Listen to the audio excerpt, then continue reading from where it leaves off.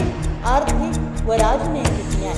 विचार, अभिव्यक्ती, विश्वास, श्रद्धा व उपासना यांचे स्वातंत्र्य, दर्जाची व संधीची समानता निश्चितपणे प्राप्त करून देण्याचा